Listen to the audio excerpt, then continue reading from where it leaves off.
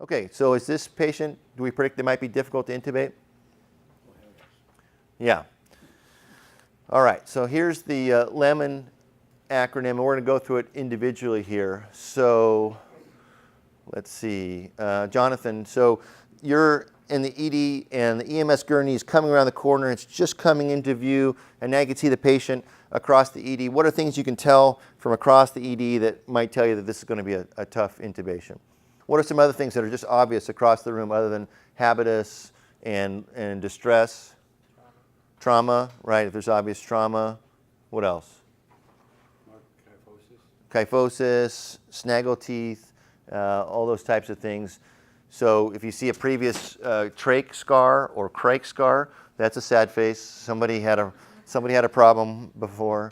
Angioedema, micronathia, we'll have a picture of that. So a lot of this, and this is really probably the most sensitive, is our gestalt. That's probably the best thing we have in emergency medicine for predicting the difficult airway.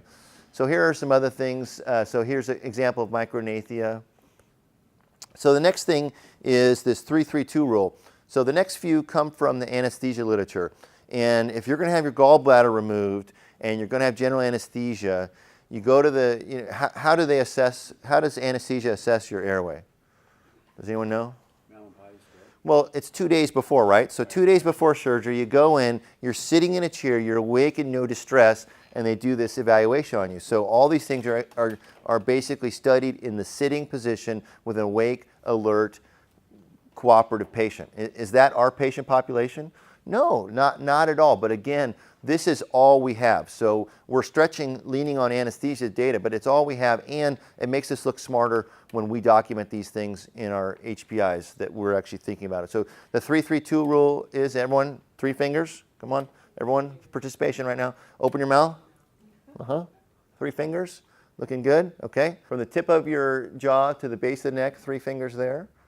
And the last one is 2 fingers. 2 fingers between kind of the angle of your jaw to the top of your thyroid cartilage. So that's the 3-3-2 rule there. And technically it's supposed to be done with the patient's fingers, but these are things where you can walk up to the bedside, they're semi-obtunded, you could say, wow, okay, that's like a half of a finger, and document that. Mallampati. So, we have all these numbers in emergency medicine, the Salter-Harris and the grade of murmurs and all these numbers that none of us remember, at least I don't remember.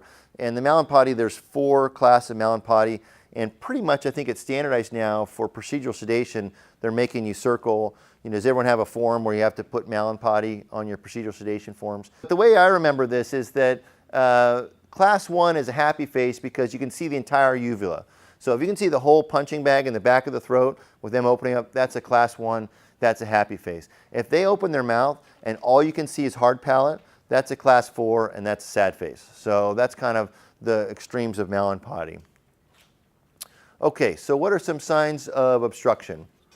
Stridor, yep, good, stridor. Hot potato voice, those are kind of things, difficulty controlling the secretions. Right, that position, that leaning forward, I'm not breathing position. So those are good. Drooling, we didn't mention that, and of course stridor.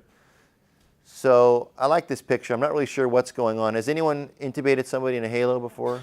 So I was working and the ICU called and they said, hey Jesse, we need help. We need to change this ET tube. The cuff is leaking or something like that. Oh, fine. So I grabbed the bougie and went up to the ICU, and I walk in and this woman's in a halo.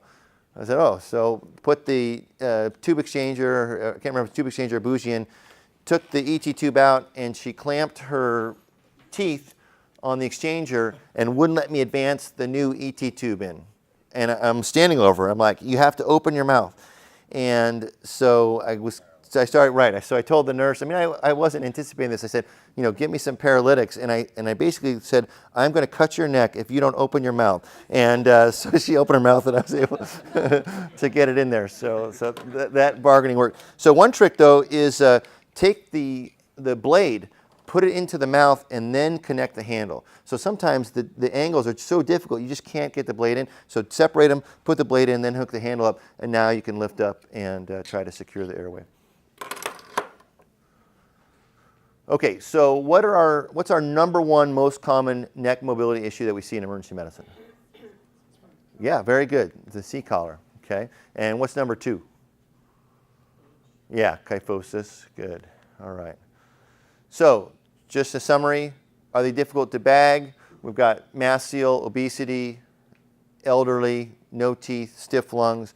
Are they difficult to intubate? We've got the lemon. And as I said, I dictate the lemon in my chart when I'm managing somebody's airway.